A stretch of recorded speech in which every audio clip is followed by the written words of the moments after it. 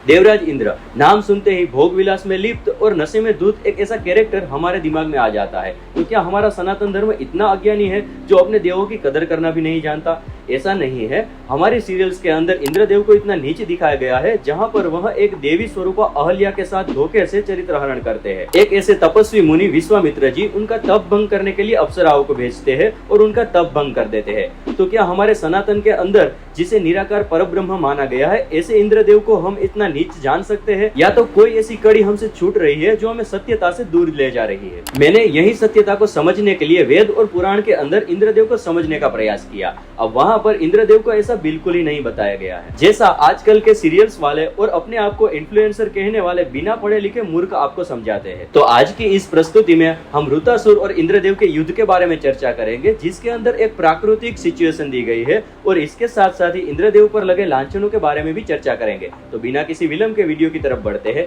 मैं हूं पारस और स्वागत है आपका शैडो सत्व पर।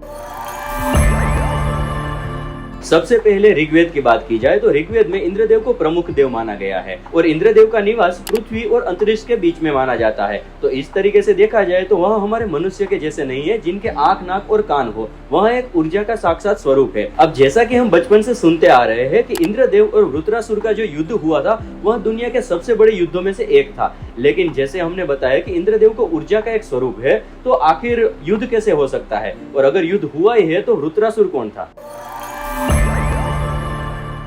तो बस यही समझने के लिए मैंने वेद को उठा लिया और पढ़ने लगा। अब आपको जानकर आश्चर्य होगा कि वेद में ज्ञान के साथ साथ विज्ञान की भी बहुत सारी थियरियाज दी गई है। अब इस इंसिडेंट्स में ऐसा बताया गया है कि वृत्रासुर एक ऐसा राक्षस था जिसने जल को रोक कर रखा था। ना वर्षा हो रही थी और ना ही पानी आगे बढ़ रहा था, ना ही नदियां आगे बढ़ रही थी। अब इसी चीज के समाधान के लिए इंद्रदेव ने अपने हथियार वज्र से वृत्रासुर को काट दिया और नीचे गिरा दिया। अब इसके साथ ही वृत्रासुर का जो मृतदेह था उसके ऊपर से जल आरोहण हो समुद्र की तरफ जाने लगा। परंतु जैसे कि मैंने बताया कि वृत्रासुर कोई फिजिकल फॉर्म वाला मनुष्य नहीं था, तो आखिर वह साइंटिफिक लैंग्वेज में था क्या? तो इसका आंसर है भागवत पुराण के अंदर।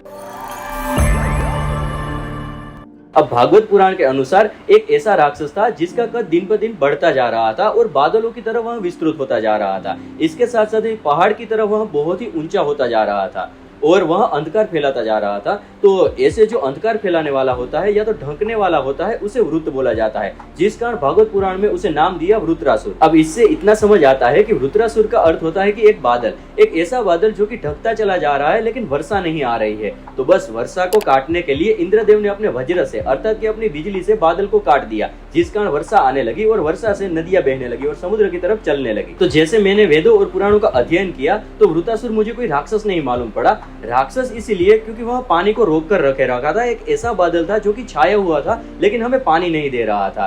तो मैंने जो भी सारी चीजें बताई है अपनी मनगढ़ंत कहानियां नहीं है। मैंने वेदों और पुराणों में जो कहानियां दी गई है, जो कथाएं दी गई है, एज इट इज आपके सामने लाई है। जैसे इंद्रदेव ने बादलों को हटाकर, अंधकार को हटाकर आपके सामने उजाला दिया, उसी तरीके से मैं शेडो को हटाकर आपके सामने सत्व लाता हूँ।